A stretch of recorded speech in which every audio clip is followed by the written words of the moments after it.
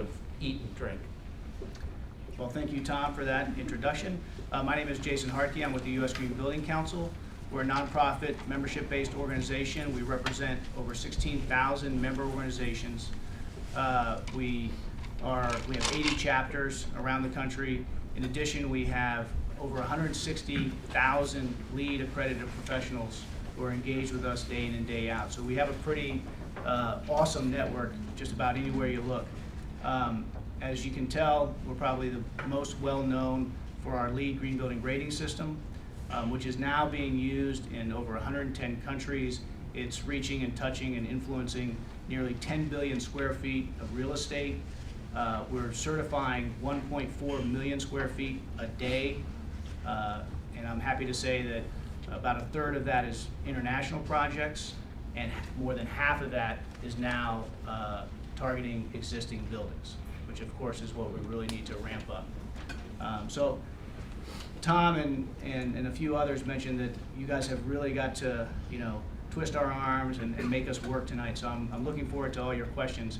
But just know this, the toughest task that we had tonight was limiting ourselves to 3 slides. Not all of us were successful. and I was coming up with, colloquialisms to use as because I didn't succeed either. And I You guess can do 3 build slides. I guess you can do that. every rule is meant to be broken or something like that. But I will go quickly. I came in today. I work in national policy, so I'm kind of transcending the national picture to talk about the global picture.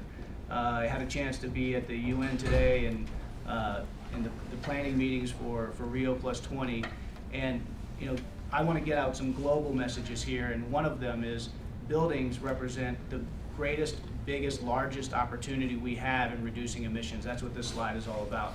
And it's, in the South, when I go down there with my wife, we love our biscuits and gravy. And the gravy on this is that it's not only our largest opportunity, it's the most cost effective. According to IPCC, we can create a 29% reduction in residential and commercial buildings by 2020 at cost. So no additional cost. Is that in the that's- U.S. or is that That's globally? globally. That's globally, and that's according to the IPCC.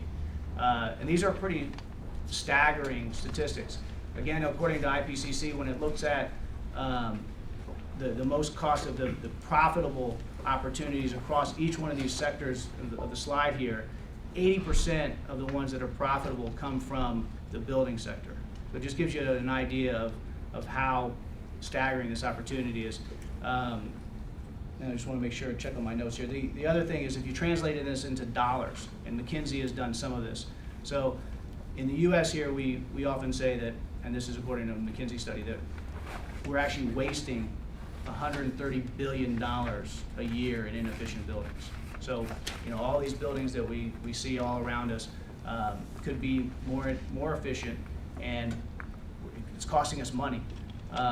Globally, we're losing, according to McKinsey, $900 billion a year. And these are small steps we could make to actually capture those savings. According to McKinsey, if we spend about $190 billion globally, we could seize those opportunities. So I just wanted to make sure that we, from the most macro perspective, that we understand that buildings, one, is a big part of our infrastructure, and two, a tremendous opportunity. So where are we headed? We're headed towards a lot of new growth in these developing countries, and we're headed towards these stagnant buildings, mostly in the developed world, that need to be retrofitted. And so emissions will double by 2030 in the built environment if we kind of stay business as usual. And again, I just want to point out that this is a huge opportunity. This is kind of where those glib statements on the developing world, though, come in, where folks mention that, for instance, China is going to build the equivalent of the U.S. building stock between now and 2020. So they're going to build everything we got between now and 2020. So they have huge opportunities, just small policy measures. If we help them leapfrog in terms of codes and standards, they can make tremendous strides and capture these opportunities and efficiency. And I also wanted to mention that we've launched this global alliance to articulate this opportunity in buildings to international financial institutions, to UN bodies, and in particular to international policymakers who are working in the context of the UNFCCC. And we're pretty proud of this acronym, me in particular, since I helped create it. And acronyms don't always work, so this is a global leadership in a built environment. It includes about 50 global organizations around the world. And again, we're looking to increase awareness, educate international policymakers.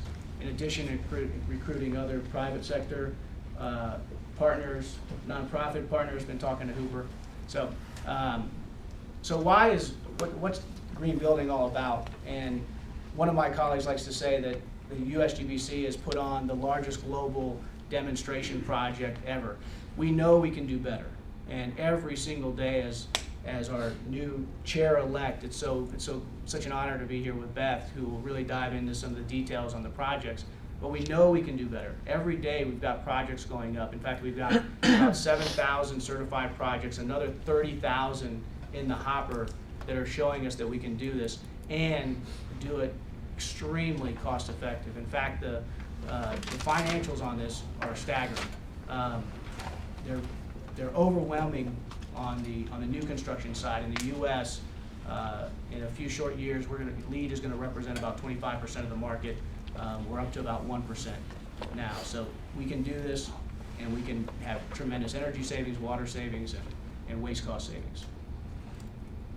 And of course, I have to have the quote from Einstein about setting the example as being such an influence. This is my last slide, and very complicated slide to show you why this isn't happening, why it's so hard to scale up. What we've made from LEED standpoint such tremendous progress, but there's so much more to do, whether we're talking about the US or whether we're talking globally. McKinsey, this is a page from their study in 2009 that this is surprisingly concise in terms of the barriers that we see, whether they're structural agency issues, whether they're awareness issues. Clearly, financing is something that everybody gravitates to, but one of the biggest issues that we get away from is fragmentation. And so I did want to just segue into the issue that Tom said, and who's actually doing the work, and that's cities. Let me be clear, there's no question in my mind that cities are driving the green economy. And if you look up in that box in the upper right-hand corner, they're doing that work in policy and strategy and practice better than anybody else I've seen. I take lessons every day that I see in the cities, and I try to, have them graduate to the state level, have them graduate to the federal level, because they are wonderful and very successful laboratories of innovation, particularly on the policy side. So I hope to go into some of that later in the evening. So the only other thing I did as a cheat, Tom, was I had to go show you some of these projects just to give you a flair and a feel. These are some in the U.S. and some international. Obviously, we're hitting the affordable housing market. 33% of our LEED for Homes projects, 33% are affordable housing projects. And then this is a great project over there, Dockside Green in Victoria, BC, where they're using our LEED for neighborhood development. So, apologize for the cheat, but that's I had to try. That's right. I tried. What I'm struck by, Jason, is I'm struck by the delta. I'm struck by the opportunity to reduce greenhouse gases by 30%, 29% by 2020, or the business as usual opportunity to see them double by 2030.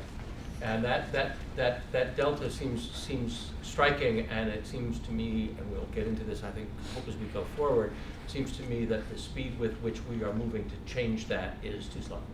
And it'd be really interesting to see whether we can find out what we can do to make that happen. And Beth, since you got keyed up there, queued up here, and let's stay a little bit on that too. Let's stay a little bit with the building thing, because don't forget, we're talking about urban infrastructure. We have other issues. We have mobility, we have waste collection, we have the various other things that cities do. But let's stay on buildings here for just a minute. Yes.